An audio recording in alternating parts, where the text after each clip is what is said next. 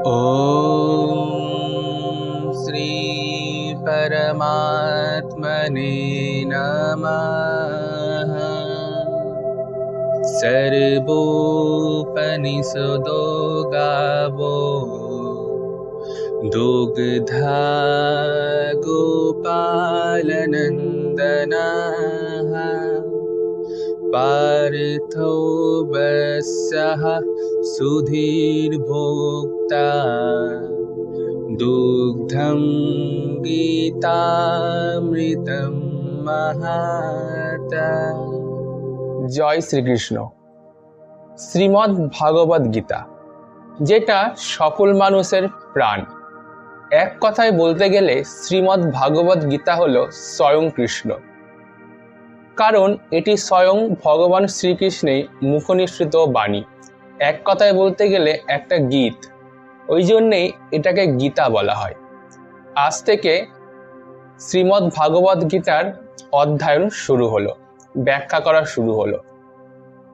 প্রতিটা এপিসোডে আমি শ্রীমদ্ ভাগবত গীতার একটা করে শ্লোক বা প্রয়োজনে দুখানা করে শ্লোক বর্ণনা করব আমার সামর্থ্য অনুসারে। তো প্রথমেই আমি যে শ্লোকের উচ্চারণটা করলাম ভিডিওর একদম শুরুতে, সেটা বলতে গেলে পুরো গীতা শুরু করার আগে এটা গীতার মাহাত্ম্যকে বোঝায় এই শ্লোকটা। তো আজকে আমরা ওই শ্লোকটার বিষয়ে আলোচনা করব।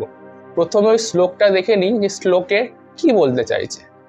তো প্রথমেই বলতে চাইছে সর্ব উপনিষদ গাব, বলছে যত উপনিষদ আমাদের রয়েছে এই উপনিষদকে কিসের সাথে তুলনা করা হয়েছে? গাব মানে গরু, অর্থাৎ গোমাতা। যত উপনিষদ রয়েছে এই সমস্ত উপনিষদকে গোমাতার সঙ্গে তুলনা করা হয়েছে এখানে। সর্ব উপনিষদ গাব দগ্ধা গোপালানন্দনাহা, এবং গোপাল অর্থাৎ পরিষ্কার কথায় বলতে গেলে যিনি গোয়ালা হন, পরিষ্কার বাংলায় যিনি গোয়ালা হন অর্থাৎ যিনি গরুর দুধ দোয়ান। দগ্ধা কে? সেই দগ্ধা গোপালানন্দনাহা, গোপালা মানে ভগবান শ্রীকৃষ্ণ। এবার এই যে গোপাল নামটা, এর মধ্যে অনেক মাহাত্ম্য রয়েছে। গোপাল যদি আমরা সামনাসামনি এর অর্থ বুঝতে চাই, গোপাল মানে হলো যিনি গরুর রক্ষক, গরুর পালনকর্তা, তিনি হলেন গোপাল। এর আরও একটি অর্থ রয়েছে। গো মানে হচ্ছে ইন্দ্রিয়, অর্থাৎ আমাদের যে পঞ্চ ইন্দ্রিয় রয়েছে এবং সমস্ত ইন্দ্রিয়ের যিনি পালনকর্তা, যিনি স্বামী, তিনি হলেন ভগবান শ্রীকৃষ্ণ। ওই জন্য ওনাকে গোপাল অর্থাৎ ইন্দ্রিয়ের স্বামী গোপাল বলা হয়ে থাকে। তো এই উপনিষদ রূপী যে গোমাতা, এই গোমাতার যে দুধ সেটা কে দোয়াচ্ছে? স্বয়ং ভগবান শ্রীকৃষ্ণ। পরবর্তী শ্লোকটা বলছে পার্থ বৎসহ সুধীর ভোক্তা। এবার এই দুধটা কে গ্রহণ করছে? না, গরুর বাছুর। গরুর বাছুরটাকে পার্থ বৎসহ, পার্থ মানে ধনুর্ধারী শ্রী অর্জুনের কথা এখানে বলা হচ্ছে। অর্থাৎ গীতা বলছে কে? গোপাল অর্থাৎ ভগবান শ্রীকৃষ্ণ। কার জন্য বলছে?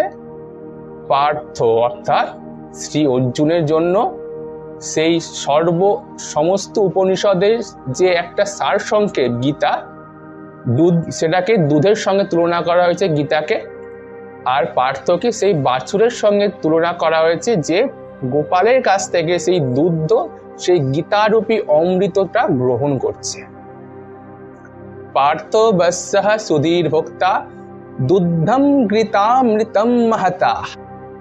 আর গীতাটা কি? গীতাটা হলো গোমাতার সেই অমৃত দুধ। দুধ আমরা সকলেই খাই, খুবই পুষ্টিকর, সুগন্ধিত। আর এখানে ওই গীতাকে ওই গোমাতার অর্থাৎ সমস্ত উপনিষদের সারসংক্ষেপ, এই সারসংক্ষেপটা হলো দুধ, আর দুধটাই হলো গীতা। তো এই শ্লোকটার মাধ্যমে গীতা যেখান থেকে শুরু হয়েছে তার মাহাত্ম্য খুব সুন্দরভাবে এই একটা শ্লোকের মাধ্যমে বর্ণনা করা হয়েছে। তো আজকে এই মাহাত্ম্যটাই আমার আলোচনা করার ছিল।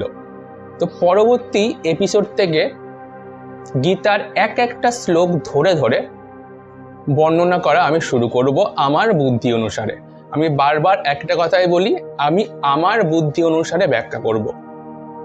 কারণ যদি কেউ এই কথাটা বলে যে আমি গীতা পড়ে পুরোটা বুঝে গেছি, সম্পূর্ণরূপে বুঝে গেছি, মানে তার থেকে বড় মিথ্যেবাদী কেউ নেই। গীতাকে বুঝতে পারা মানে স্বয়ং ভগবান শ্রীকৃষ্ণকে বুঝতে পারা। আর ভগবানকে কখনো বোঝা যায় না, তাকে অনুভব করা যায়। তাই কেউ এ কথাটা বলতে পারে না যে আমি গীতা পুরে সম্পূর্ণরূপে বুঝে গেছি। আমরা সেটাকে শুধু অনুভব করতে পারি, শুধু চেষ্টা করতে পারি। কারণ আমাদের অত সামর্থ্য নেই আমরা গীতা মানে সমস্ত উপনিষদের, সমস্ত শাস্ত্র উপনিষদের যেটা সার, সেই সার গীতাকে আমরা বুঝতে পারবো। শাস্ত্রে বর্ণিত আছে ভগবানের একটা রোমকূপে অনন্ত কোটি ব্রহ্মাণ্ড বিরাজমান। আর সেই অনন্ত কোটি ব্রহ্মাণ্ডের একটা ব্রহ্মাণ্ড মিল্কি ওয়ে। সেই মিল্কি ওয়ে একদম কোনায় অবস্থিত একটা বিন্দুর আকৃতির সূর্য। সেই সৌরজগতের একটা ছোট্ট বিন্দু আকৃতির গ্রহ পৃথিবী। সেই পৃথিবীর একটা মহাদেশ এশিয়া। সেই এশিয়া মহাদেশের একটা ক্ষুদ্র দেশ, অর্থাৎ এশিয়া মহাদেশের একটা দেশ ভারতে বসে, সেই ভারতের পশ্চিমবঙ্গ নামক একটা রাজ্যে বসে, সেই পশ্চিমবঙ্গ নামক একটা রাজ্যের একটা ছোট্ট শহরে বসে আমরা কখনোই এটা দাবি করতে পারি না যে আমরা কৃষ্ণকে বুঝে গেছি। তাই সবসময় আমি বলি যে আমি আমার বুদ্ধি অনুসারে যত দূর আমার বুদ্ধির দৌড়। কারণ আমার এই ক্ষুদ্র বুদ্ধি নিয়ে, এই ক্ষুদ্র চিন্তা নিয়ে কখনোই অনন্তকে, গীতা মানে অনন্ত, এই অনন্তকে, এই ইনফিনিটিকে ব্যাখ্যা করা সম্ভব নয়। তাই পরবর্তী এপিসোড থেকে যত দূর আমি গীতার অধ্যয়ন করেছি, আমি যত দূর অবধি গীতা বুঝেছি, আমি চেষ্টা করব এক একটা শ্লোক, এক একটা শব্দ ধরে ধরে দিনে একটা করে, প্রয়োজনে দুখানা করে শ্লোকের ব্যাখ্যা করতে। তো আজকের জন্য এইটুকুই। জয় শ্রীকৃষ্ণ। सर्वोपनिषदो गावो दुग्धा गोपालनन्दनाः पार्थो वत्सः सुधीर्भोक्ता दुग्धं गीतामृतं महाता सर्वोपनिषदो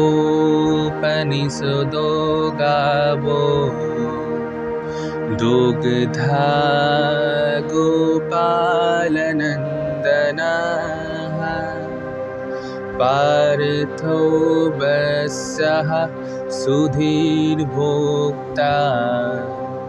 दुग्धं गीतामृतं महाता।